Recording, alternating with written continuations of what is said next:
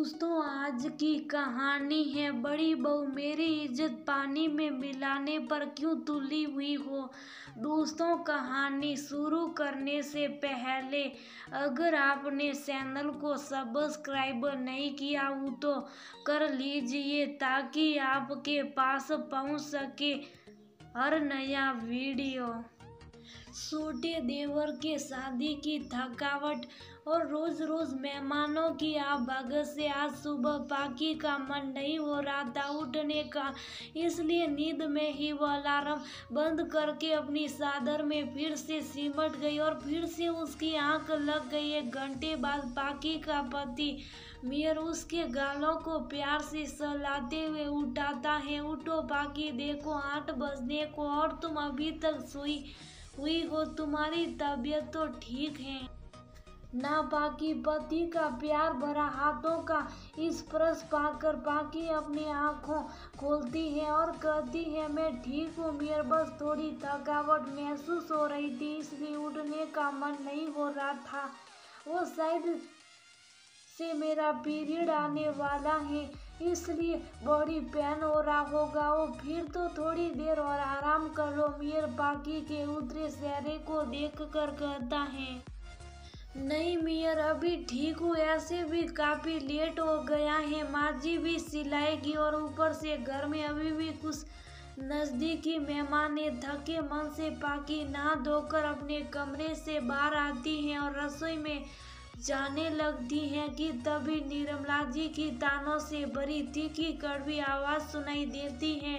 नई नवेली दुल्हन को देखकर तुम्हें भी आराम करने का मन कर रहा क्या बड़ी बहू, जो 8 बजे तक अपने पति की बाहों में लिपटी हुई थी। अरे घर में इतने सारे मेहमान हैं और तुम महारानी की तरह 8 बजे उठकर बाहर आ रही हो। इतना भी ध्यान नहीं रहा कि इन लोगों का सही नाश्ता कौन बनाएगा। गुस्से से भरकर निर्मला जी पाकी को खरी खोटी सुना रही थी और पाकी की डबडबाई आंखें निर्मला जी को ताज्जुब से देखे जा रही थी, जिसे देखकर फिर से निर्मला जी कहती हैं, अब रोनी सुरल लेकर यूं ही खड़ी रहेगी या सबके नाश्ते का इंतजाम भी करेगी।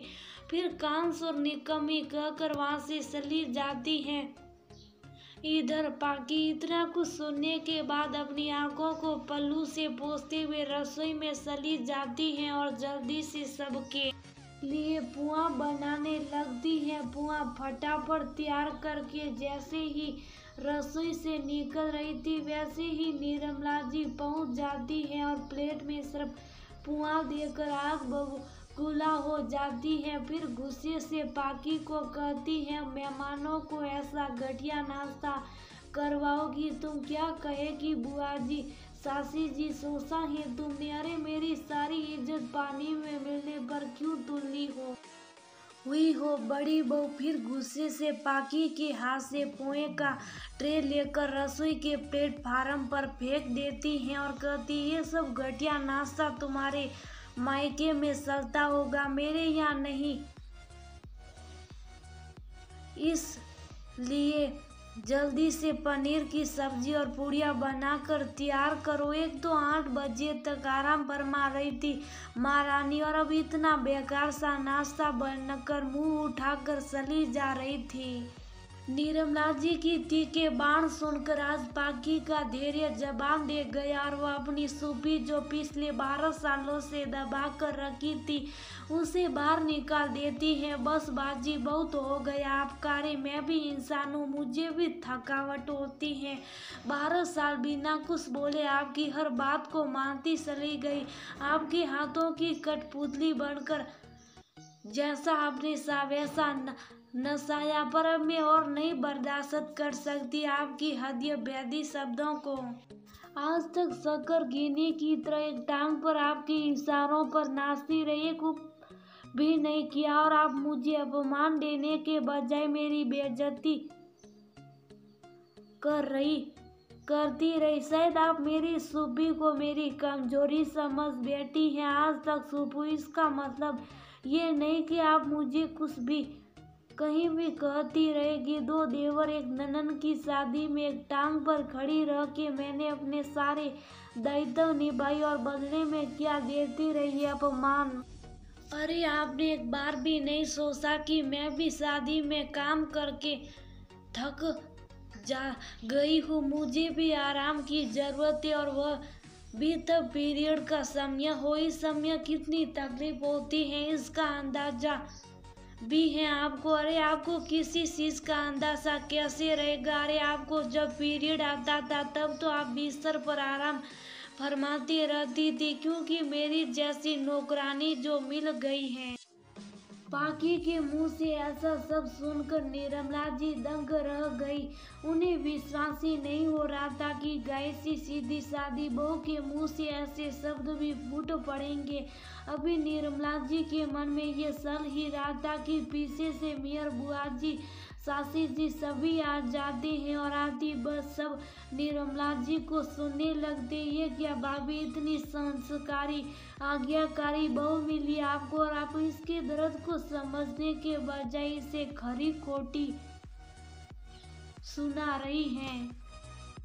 अरे हाँ निर्मला, तुम ऐसा कैसे कर सकती हो, वह भी इतनी समझदार गुणी बहू को। अरे तुम तो किस्मत वाली हो जो तुम्हें इतनी सुशील संस्कारी बहू मिली है। सासी जी पाकी को कहती हैं, जा बहू जा, तुम अपने कमरे में आराम कर, हम ये पोए खा लेंगे और खाने की चिंता मत कर। अब तेरी सासू माँ हम लोगों को दोपहर का खाना बना कर खिलाएगी। ऐसे भी बहुत सालों से उनके हाथों का खाना नहीं सका है हमने। नाले पर दला मारते हुए बुआ जी अपनी निर्मला जी को देखकर कहती हैं, क्यों बड़ी भाभी, सही कहा ना मैंने। बुआ जी सासी से कहती हैं, बिल्कुल नीमो, आज हम निर्मला के हाथों का पक्का खाना खाकर ही यहाँ से विदा होंगे। क्यों निर्मला खिलाएगी ना। सासी जी कहती, हाँ दीदी जरूर खिलाऊंगी, जा बड़ी बहू तू जाकर आराम कर, मैं सब देख लूंगी। समय की नजाकत को देखकर कर निर्मला जी कहती हैं। ये हुई ना माँ वाली बात। माँ मेयर माँ के गले में हाथ डालते हुए कहता है और पाकी को आंखों से इशारा करता है। फिर पाकी का हाथ पकड़कर रसोई से कमरे में ले जाता है और कहता है, अब तो बिना डर के आराम से आराम कर सकती हो न पत्नी जी। फिर दोनों मुस्कुराने लगते हैं।